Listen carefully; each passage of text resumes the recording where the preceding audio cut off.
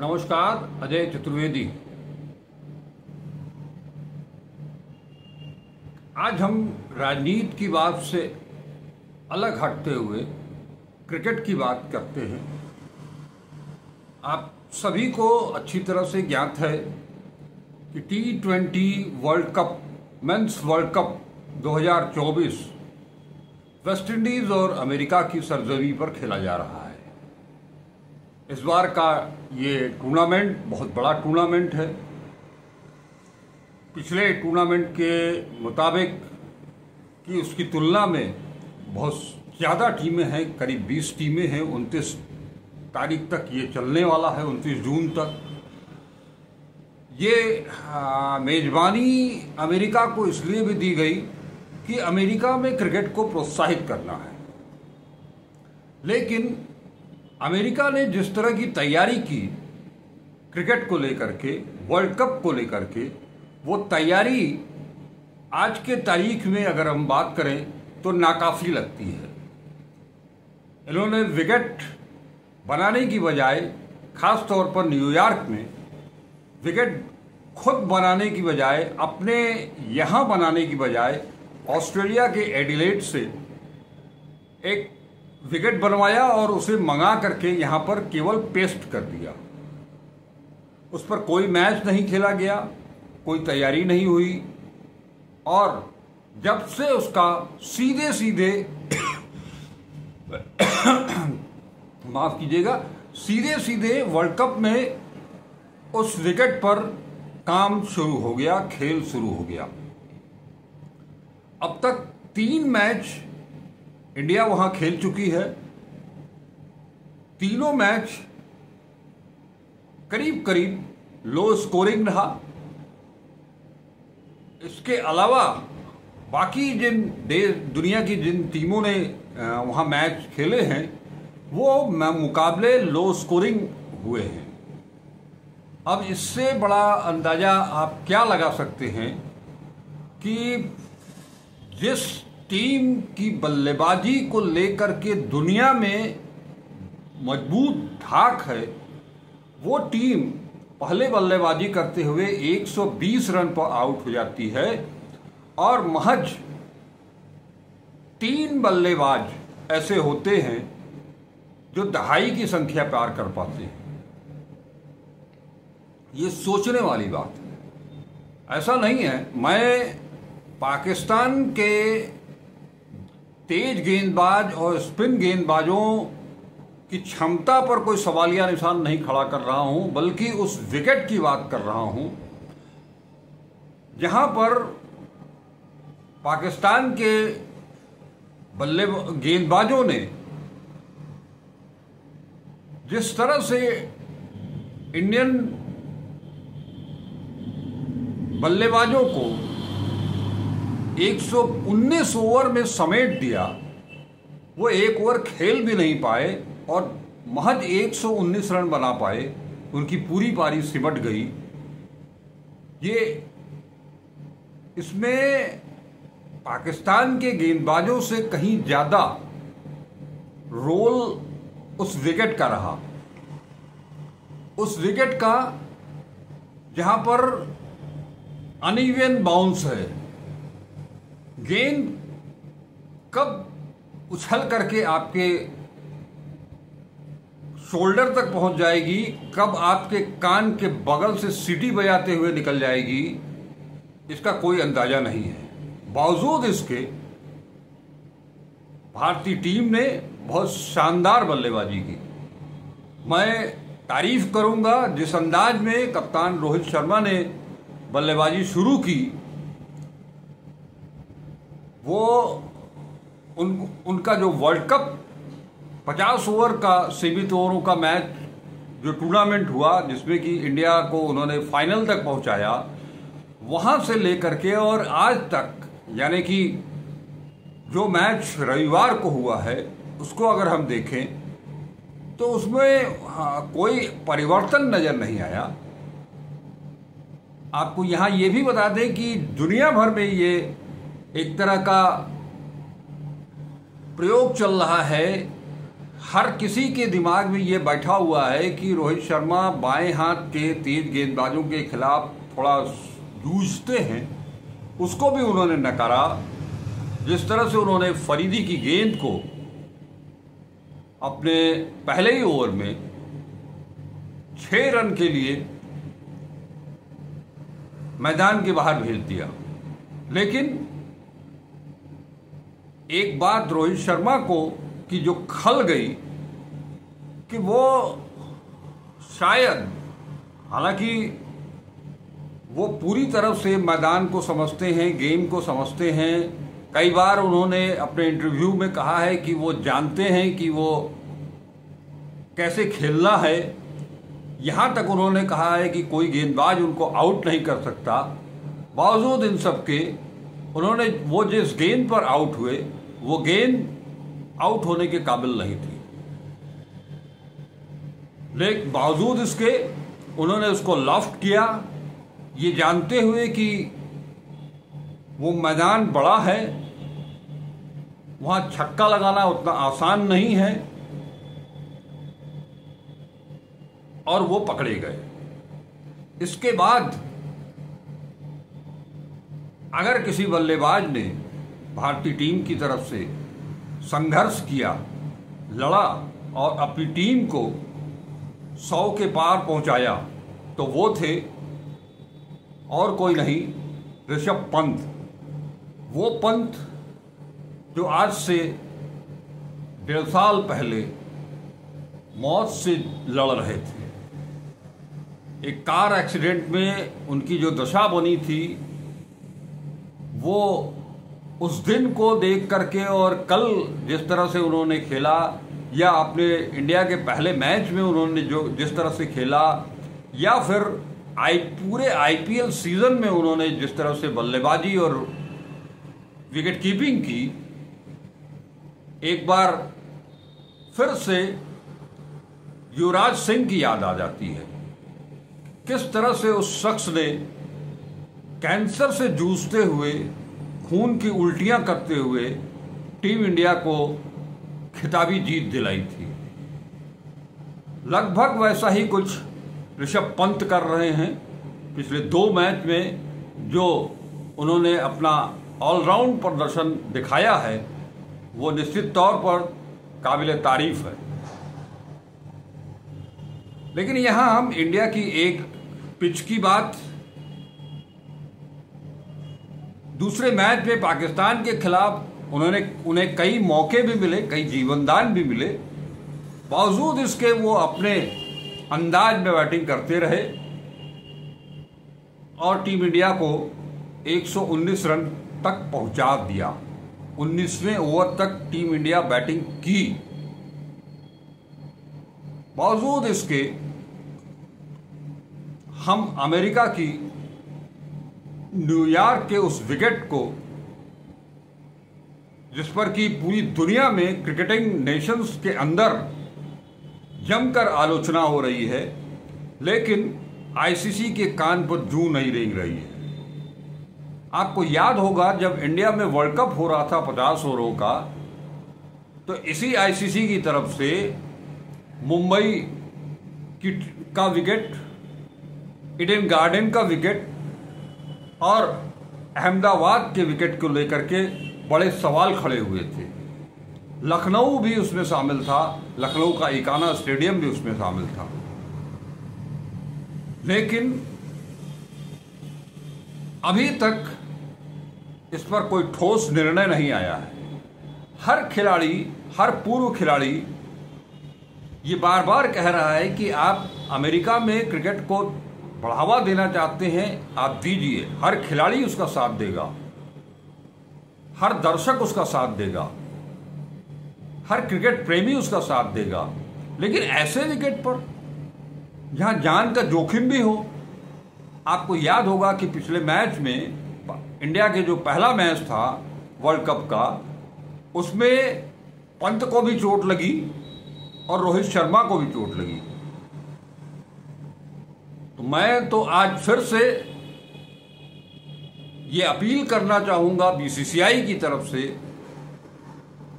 BCCI से appeal करना चाहूँगा, आईसीसी से ये अपील करना चाहूँगा कि उस विकेट को खेलने लायक बनाए। T20 का विकेट ऐसा विकेट नहीं हो सकता, या ये क्रिकेट का विकेट हो ही नहीं सकता है।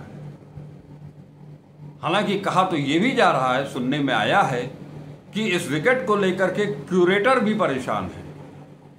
उनके भी नहीं समझ में आ रहा है कि इसमें ऐसा क्या किया जाए जिससे ये खेलने लायक हो जाए। अब हम अगर बात करें टीम इंडिया की, तो टीम इंडिया इस टूर्नामेंट में जो टीम लेकर के गई है, निसंदेह वो बहुत बेहतर टीम है। काफी सोच समझ करके इस टीम का चयन किया गया है।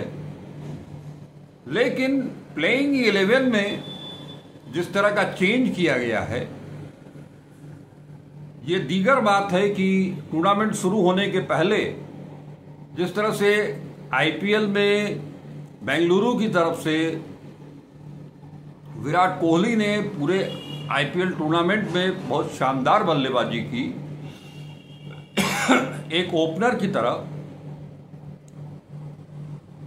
उसके लिहाज पर पूर्व भारतीय कप्तान और अपने समय के दिग्गज सलामी बल्लेबाज सुनील गावस्कर ने भी कहा था कि विराट कोहली को ओपन करना चाहिए रोहित शर्मा के साथ। लेकिन मेरी ये सोच है कि विराट कोहली को नंबर 3 पर ही आना चाहिए और टीम इंडिया को फिर से अपने संयोजन पर विचार करना चाहिए और यशस्वी को रोहित के साथ ओपन करने के लिए भेजना चाहिए। यशस्वी और रोहित की जोड़ी ने पिछले कुछ महीनों में बहुत शानदार बल्लेबाजी की है, बहुत शानदार तरीके से T20 के वो पहले 6 ओवर खेले हैं, अच्छा स्कोर किया है। एक सबसे बड़ी चीज होगी कि एक राइट हैंड बैट्समैन और एक लेफ्ट हैंड बैट्समैन का जो संयोजन होगा ओपन करते समय, उसमें भी प्रतिद्वंदी गेंदबाज को बार बार अपने आप को कंसंट्रेट करना पड़ेगा अपनी लेंथ के ऊपर, अपनी लाइन के ऊपर। ये काम विराट कोहली के साथ और रोहित शर्मा की ओपन दोनों दाहिने हाथ के बल्लेबाजों के साथ ऐसा करना प्रतिद्वंदी गेंदबाज के लिए आसान हो जा रहा है। अगर आपके पास एक बेहतर संयोजन है तो उसका इस्तेमाल करना चाहिए। और विराट कोहली नंबर 3 पर बल्लेबाजी करते हुए, नंबर 4 पर बल्लेबाजी करते हुए उन्होंने अपने पूरा कैरियर क्रिकेट खेला है और बार बार टीम को मजबूती प्रदान की है। अगर शुरुआत में ओपनर्स जल्दी विकेट निकल जाते हैं तो विराट कोहली के रूप में एक ऐसा बल्लेबाज मिलता है जो गेम को आगे चलाए, आगे बढ़ाए। ये खूबी विराट कोहली में कूट कूट कर भरी हुई है। वो शुरुआत में थोड़ा समय लेते हैं, सिंगल डबल्स के चलते वो पारी को आगे बढ़ाते हैं। कभी भी रन रेट धीमा नहीं होने पाता है। वो सिंगल डबल को 3 रन में, 3 रन को कभी कभी 4 रन में भी तब्दील कर देते हैं। और बहुत उनके शॉट्स जो होते हैं वो ज़्यादातर ग्राउंडेड शॉट्स होते हैं। लेकिन जब आप ओपन करने के लिए आएंगे, यहाँ मैं एक चीज़ और जोड़ दूं कि भारत के पास 2 ऐसे बल्लेबाज हैं जो दुनिया के टॉप मोस्ट बल्लेबाज हैं। आप दोनों को एक साथ ओपन में उतारोगे तो बीच में उसको पारी को संभालने वाला कौन है? मैं ये नहीं कहता, मैं उन बाकी के बल्लेबाजों के ऊपर कोई सवालिया निशान नहीं खड़ा कर रहा हूँ, उनकी प्रतिभा पर कोई संशय नहीं है।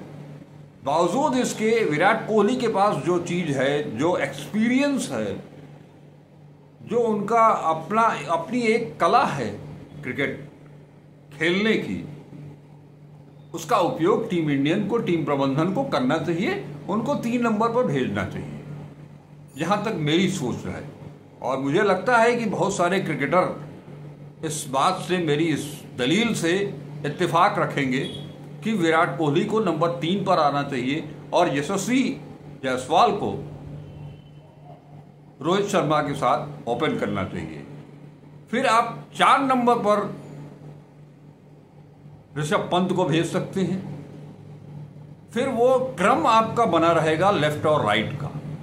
ऐसे में प्रतिद्वंदी गेंदबाजों को बार बार अपनी रणनीति बदलनी पड़ेगी।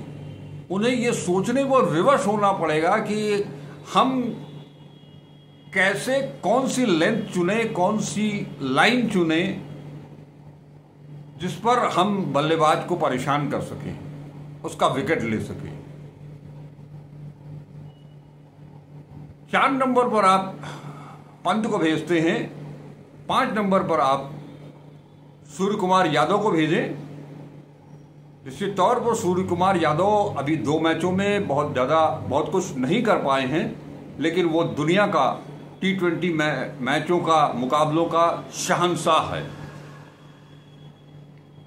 दोनों ही मैचों में अब तक जो इंडिया ने खेला है इस वर्ल्ड कप में, दोनों में ही उन्होंने प्रयास भरपूर किया।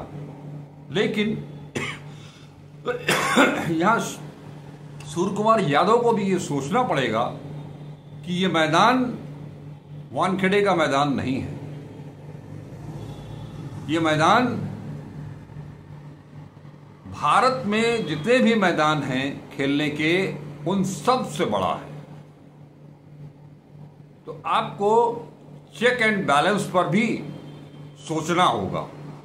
अपनी पारी को क्रिकेटिंग अंदाज में आगे बढ़ाना होगा, विकेट के रुख को भांपना होगा, और उसके बाद आपको गेंद 6 रन के लिए मिलनी ही मिलनी है। कोई कितना बड़ा गेंदबाज हो जाए, वो कंटिन्यूअसली अपनी एक्यूरेसी को मेंटेन नहीं कर सकता। ओवर में एक आध गेंद देगा, आप उसको हिट कीजिए, वो चाहे फास्ट बॉलर हो, चाहे स्पिनर हो, चाहे मीडियम पेसर हो। 5 नंबर के बाद उसके बाद आप जडेजा को भेज सकते हैं। जडेजा के बाद आपके पास एक जबरदस्त हरफनमौला खिलाड़ी है, जो कि बाकायदे IPL में तो वो नहीं चल सके, लेकिन वर्ल्ड कप के अभ्यास मैच में भी उन्होंने रन किया और पहले मैच में भी उन्होंने गेंदबाजी अच्छी की। एक अच्छा ऑलराउंडर आपके पास है हार्दिक पांड्या के रूप में, एक फिनिशर के रूप में। इस तरह से जब 6 नंबर तक की बल्लेबाजी आपकी सॉलिड होगी, तो उसको भेदने के लिए और बार बार आपके पास लेफ्ट और राइट का कॉम्बिनेशन होगा। हार्दिक पांड्या के बाद आपके पास एक और लेफ्ट हैंडर है,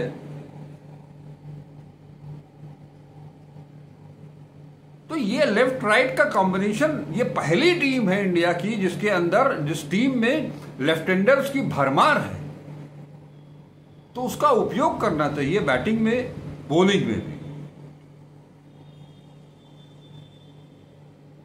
ये कुछ हमको लगता है कि ऐसा चेंज होना चाहिए।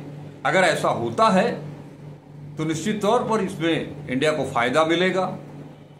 आने वाले मैच, चाहे वो न्यूयॉर्क के अमेरिका के खिलाफ खेलना हो, चाहे कनाडा के खिलाफ खेलना हो, वो भी मैच बहुत आसान नहीं होंगे।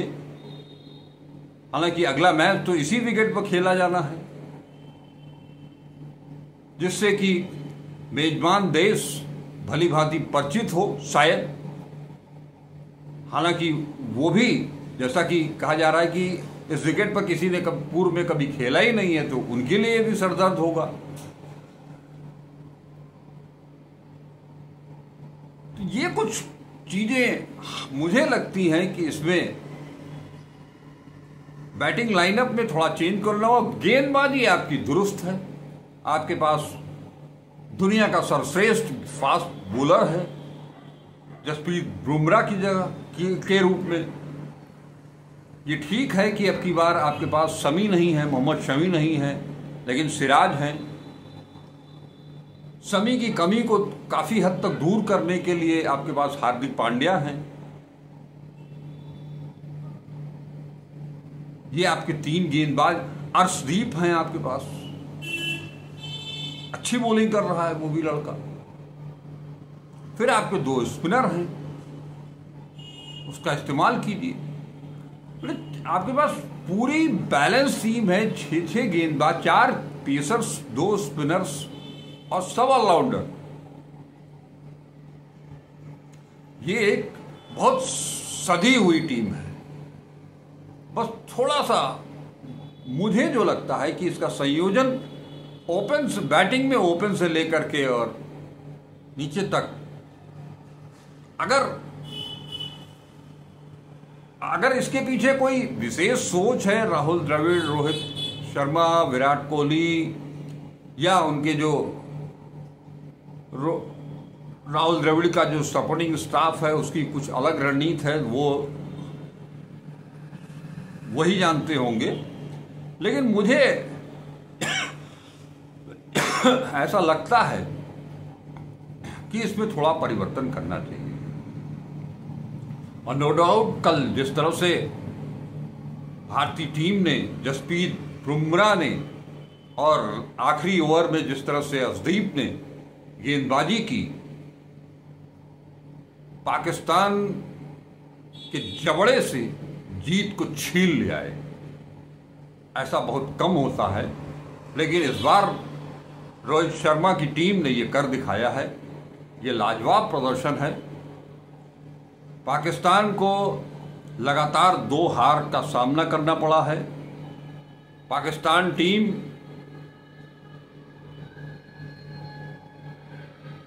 किसी से कमतर नहीं है।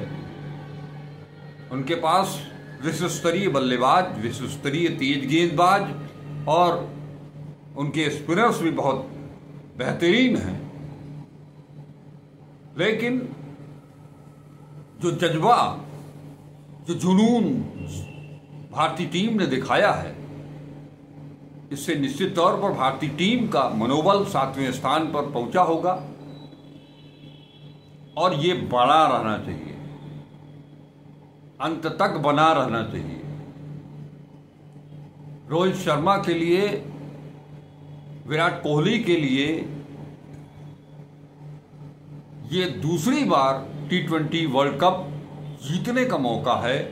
वहीं रेस्ट ऑफ द टीम, चाहे वो उसमें बुमराह हो, सिराज हो, रविंद्र जडेजा हो, इन सब के लिए, और बाकी तो अभी नए लड़के हैं। मैं खास तौर पर जसप्रीत बुमराह और रविंद्र जडेजा की बात कर रहा हूं कि उनके लिए ये एक बड़ा मौका होगा विश्व चैंपियन बनने का। और एक चीज, जिस तरह से कल के मैच में टीम इंडिया की फील्डिंग रही, वो फील्डिंग स्तरीय नहीं कही जा सकती है। अगर शिवम दुबे ने वो कैच पकड़ लिया होता बुमराह के पहले ओवर में ही, तो पाकिस्तान को और ज्यादा दबाव में ला सकते थे। 100 रन के अंदर बुक कर सकते थे, क्योंकि ले दे करके वैसे पाकिस्तानी टीम की बैटिंग लाइनअप भी बहुत अच्छी है, बहुत शानदार है, लेकिन पूरी टीम कहीं ना कहीं बाबर आजम, कप्तान बाबर आजम और रिजवान के इर्द गिर्द घूमती रहती है।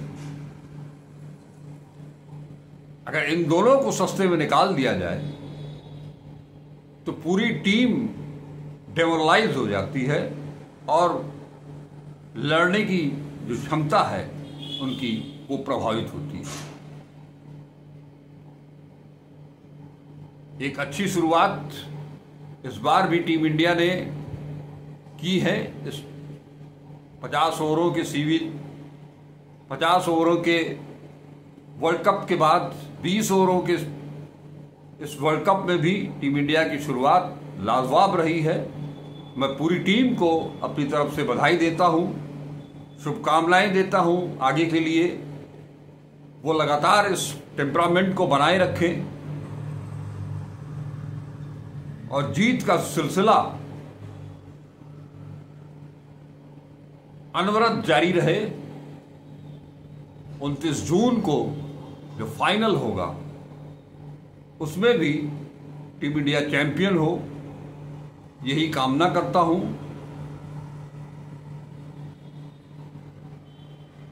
इसके साथ ही मैं आप सभी दर्शकों से ये उम्मीद करता हूं कि वीडियो को आप पसंद करेंगे, लाइक करेंगे, शेयर करेंगे, अपने कमेंट्स देंगे और अगर अब तक @अजय चतुर्वेदी 842 इस चैनल को सब्सक्राइब नहीं किया है तो सब्सक्राइब भी करेंगे। नमस्कार, अजय चतुर्वेदी। आप हमारे साथ बने रहिए, हम आपसे मुखातिब होते रहेंगे।